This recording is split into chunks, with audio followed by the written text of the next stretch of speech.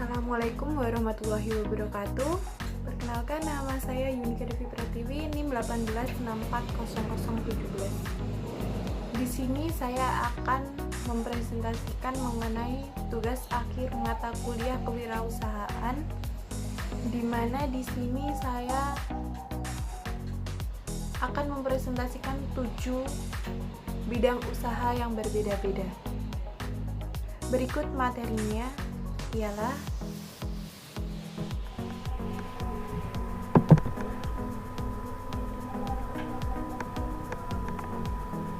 ini adalah materi yang saya presentasikan, yaitu kewirausahaan kelas A dengan saya sendiri Yunika Devi Pratiwi, ini 18640017. Berikut 7 profil usaha yang saya kunjungi, yaitu ada usaha online milik Ibu Santi, ada usaha rangginan manis milik Pak Heri, ada catering.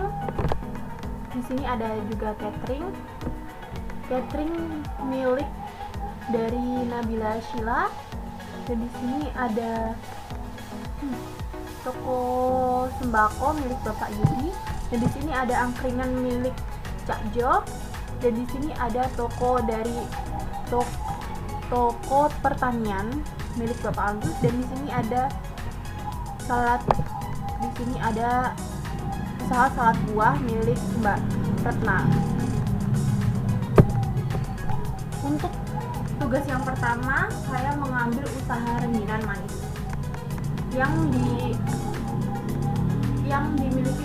memiliki usaha yang bernama Bapak Heri, dengan profesi beliau sebagai seorang pengusaha sekaligus seorang guru di salah satu SD yang agak jauh dari rumah juga.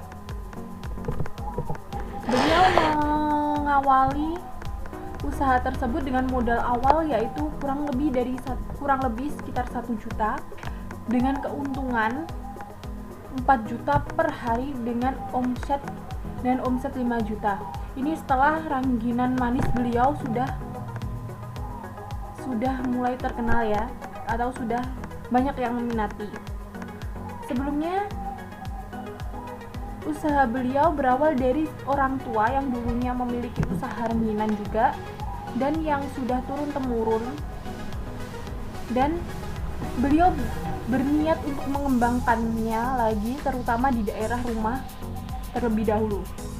Dikarenakan istri juga senang dalam hal memasak, akhirnya beliau dan istri berusaha untuk membuat inovasi baru terhadap rangginan tersebut, yang biasanya rangginan yang tidak ada rasanya atau rangginan asin.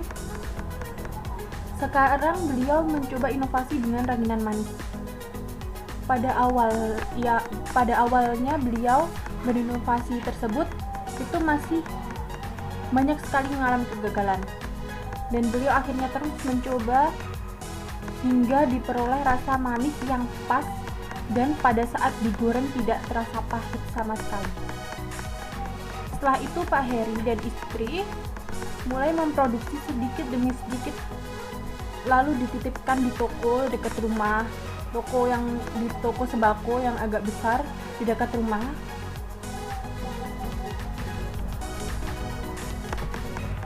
Di dekat rumah atau toko milik tetangganya, dan hingga yang berawal produksinya itu kurang lebih sekitar 50 pitch per hari, dan sekarang produksinya pun lebih meningkat, yaitu kurang lebih per hari dapat menghasilkan hingga 200 pitch.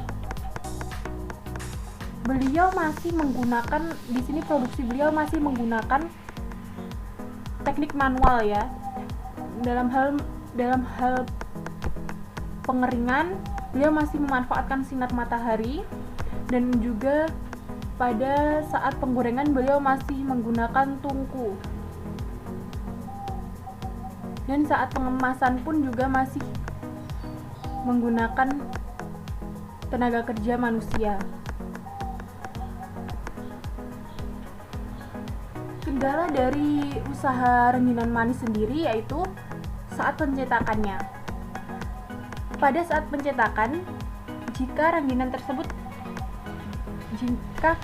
tersebut terlalu tebal, maka akan sulit mengembang saat digoreng, dan pengeringannya pun makin lama. Dan kendala selain itu yaitu pada saat pengeringan. Apabila pengeringannya itu terjadi saat musim hujan, beliau terpaksa menggunakan 50% pengeringannya itu menggunakan oven, yang menyebabkan rengginang itu tidak dapat berkembang dengan sempurna pada saat digoreng.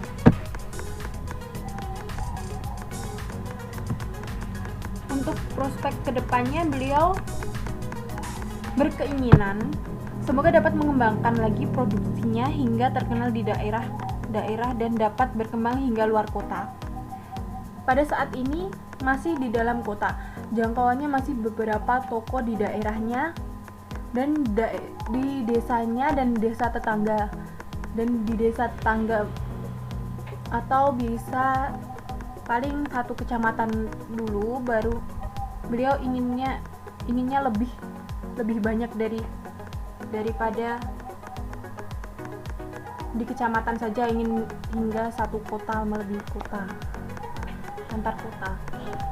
Untuk usaha kedua yaitu toko Sakura Tani yang dimiliki Bapak Agus dengan profesi pengusaha dan petani. Untuk modal awalnya kurang lebih 10 juta dan keuntungan 5 juta per bulan dan omset hingga 15 juta. Untuk kendalanya di sini akibat dari telatnya pasokan obat-obatan pertanian dan pupuk pertanian yang datang terlambat. Usaha ini dirintis dari awal. Beliau bekerja menjadi TKI di Korea dan membeli beberapa lahan pertanian. Beliau berpikir untuk membuat toko pertanian untuk dapat membiayai hidup saat sudah berhenti menjadi TKI. Dan alhamdulillah sekarang toko pertanian tersebut dapat berkembang melalui bantuan anaknya yang baru lulus dari Fakultas Teknik Pertanian dan dapat mencakup hingga luar kota. Dan dibantu dengan situs jualan online.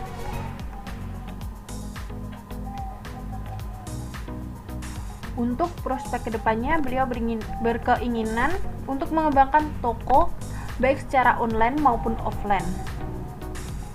Untuk secara online-nya, beliau berkeinginan agar toko tersebut dapat berkembang jauh lebih pesat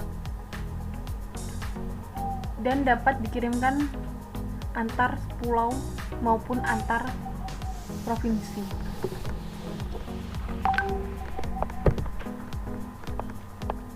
Selanjutnya untuk tugas ketiga, saya mengambil usaha salad buah yang dimiliki oleh Mbak Dwi Retna Nindya dan profesi beliau sebagai pengusaha dan mahasiswa. Berawal dari modal 50.000 dengan keuntungan 70.000 per hari dengan omset 120.000 per hari. Itu beliau memulai usahanya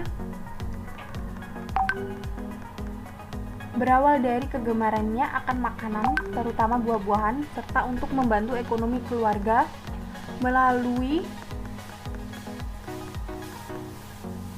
berjualan. Lalu ia berpikir untuk membuat salad buah, karena pada saat itu salad buah sangat digemari oleh masyarakat, terutama kaum muda, anak muda. Di sini beliau berjualan awal sekali pada saat bulan puasa, karena beliau berjualan dengan seadanya terlebih dahulu. Beliau berjualan hanya beberapa pitch, hanya mungkin kurang lebih 10 pitch per hari. dan sekarang dapat menjual hingga 20 sampai 30 piece per hari.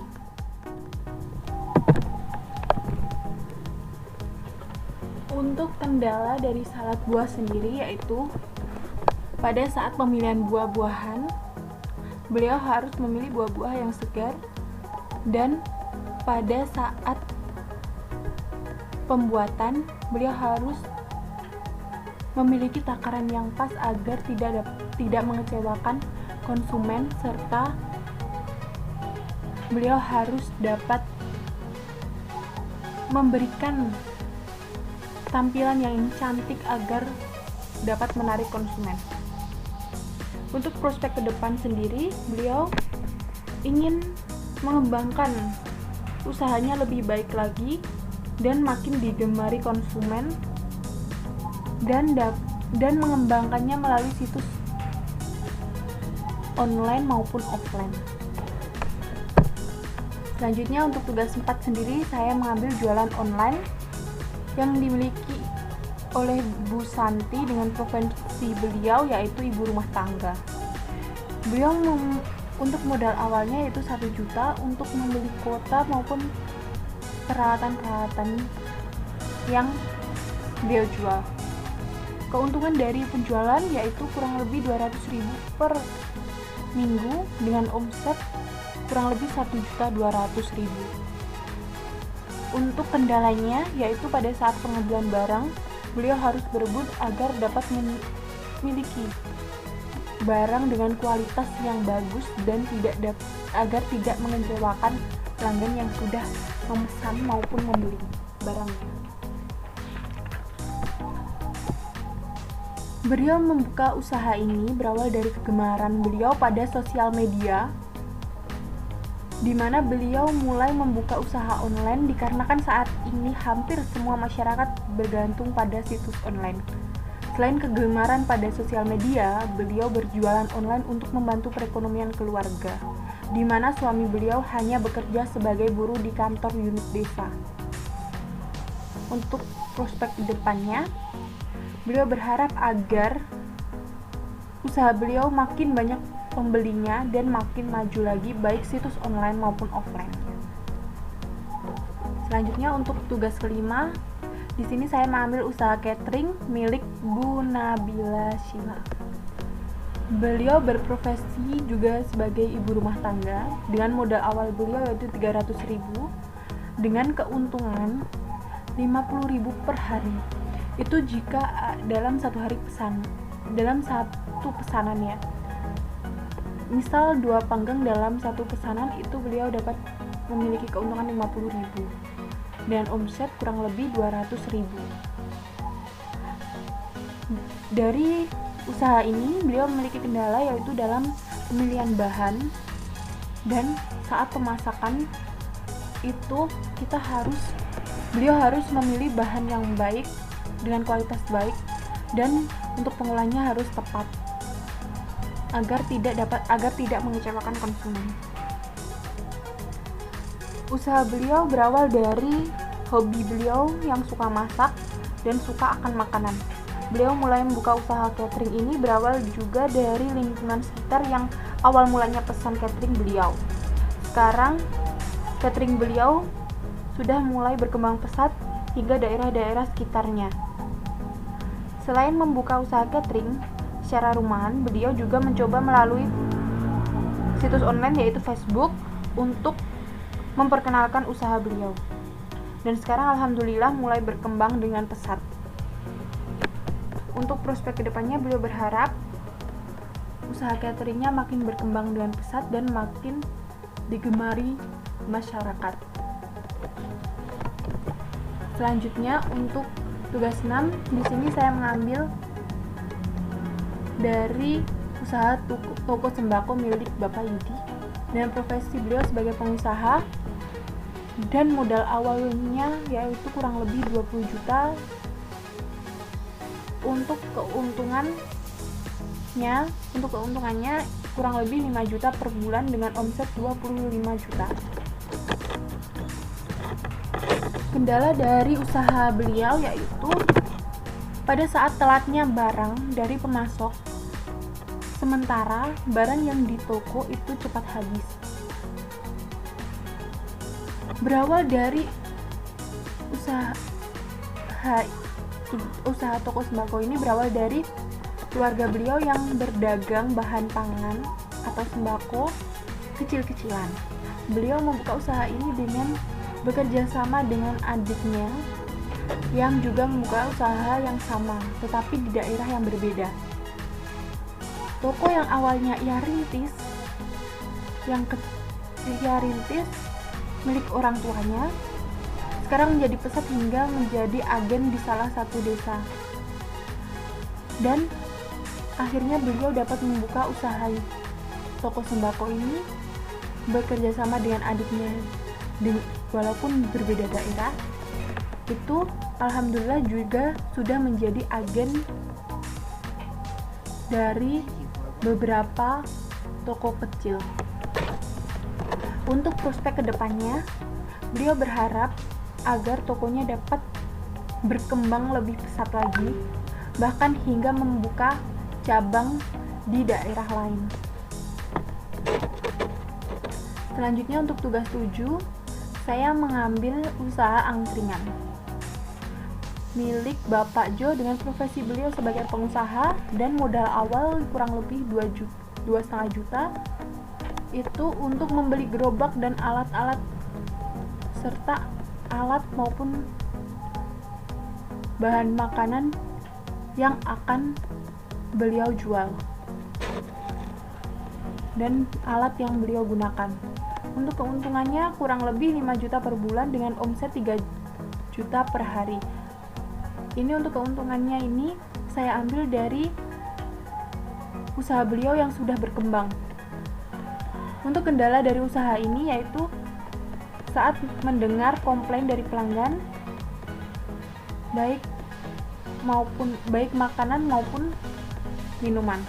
Dan dulu saat berkembangnya beliau harus menghindari razia-razia dari polisi.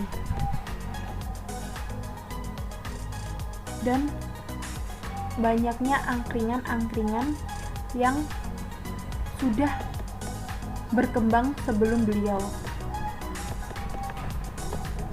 Untuk sejarah dari usaha ini bermula dari beliau menjual angkringan dengan konsep angkringan Jogja di pinggir jalan dengan modal yang kecil hingga sekarang sudah memiliki cabang dan berkembang dengan konsep modern klasik.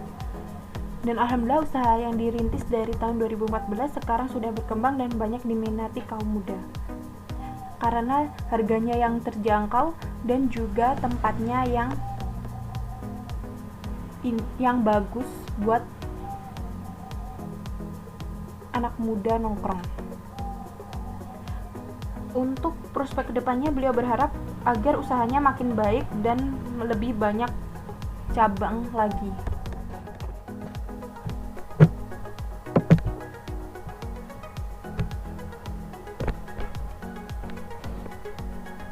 Kali ini untuk rencana usahanya, di sini saya ingin membuka usaha kue donat di bidang usaha kuliner. Jenis produknya diantaranya donat rasa coklat, cheese, coconut, coco cheese, blueberry, dan juga strawberry. Alasan kenapa saya menciptakan sebuah usaha donat itu kue donat dikarenakan kue donat merupakan usaha yang menarik, unggul, dan diminati konsumen dari berbagai kalangan. Tujuan dari usaha ini untuk memperoleh keuntungan yang sebesar-besarnya untuk menumbuhkan jiwa berwirausaha dan menambah pengalaman serta ilmu pengetahuan tentang kewirausahaan. Berikut analisis SWOT dari usaha yang saya buat, yaitu diantaranya ada dua faktor, yaitu faktor internal dan faktor eksternal. Untuk faktor internalnya sendiri di sini ada strength atau kekuatan and weakness.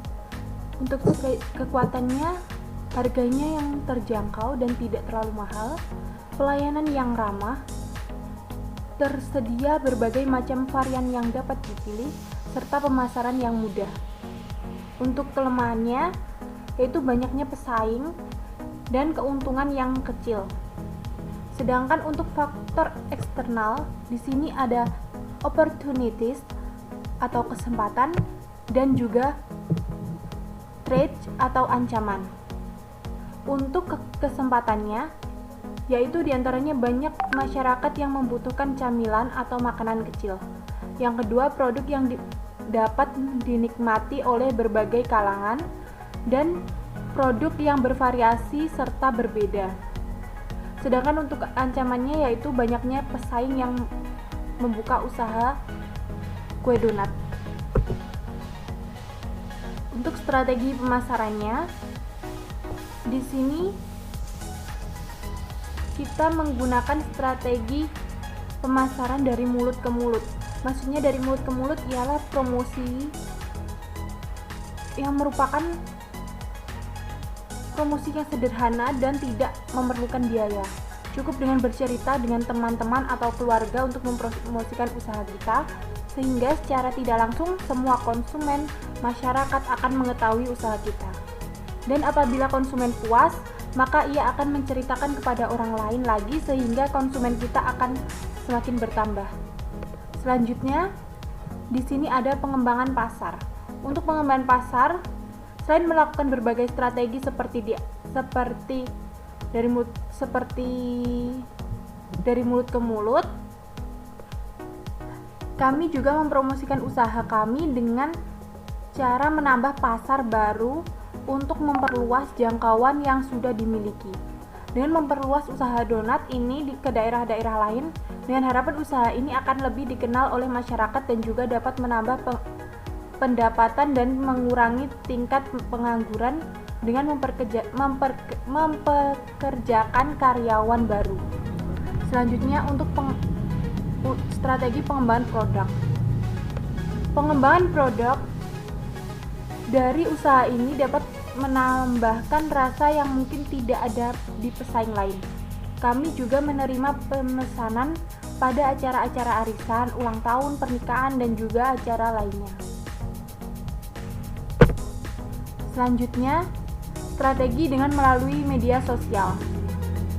Strategi ini banyak digunakan berbagai pengusaha untuk melakukan promosi dengan memanfaatkan media sosial yang semakin berkembang, seperti melalui Facebook, Twitter, Instagram, WhatsApp, dan lain-lain. Selanjutnya, strategi langkah-langkah untuk mempromosikannya. Langkah-langkah untuk mempromosikannya diantara lain, kita dapat memberikan diskon pada hari-hari tertentu, misal pada setiap hari Jumat, dan memberikan potongan harga jika membeli lebih dari 5 box donat atau mungkin lebih dari 3 box donat. Selanjutnya, berikut ada analisis aspek finansialnya. Dari analisis aspek finansialnya, di sini saya menggunakan harganya dan juga modal awalnya. Untuk harga donat rasa coklat atau cheese mall itu saya memiliki patokan harga Rp5.000. Untuk cheese coklat atau cheese yang big itu harganya Rp10.000. Untuk coconut harganya Rp7.000, dan untuk choco cheese harganya Rp10.000, dan blueberry harganya Rp5.000, serta untuk strawberry Rp5.000. Sedangkan untuk modal awalnya, pada analisis aspek finansial saya di sini menggunakan barang dengan harga untuk oven Rp500.000, bahan-bahannya kurang lebih Rp600.000, untuk etalasenya dengan harga Rp400.000. Jadi total modal awal yang kita gunakan yaitu kurang lebih Rp1.500.000. Sekian dari saya. Apabila ada salah kata maupun penulisan, saya mohon maaf sebesar-besarnya. Wassalamualaikum warahmatullahi wabarakatuh.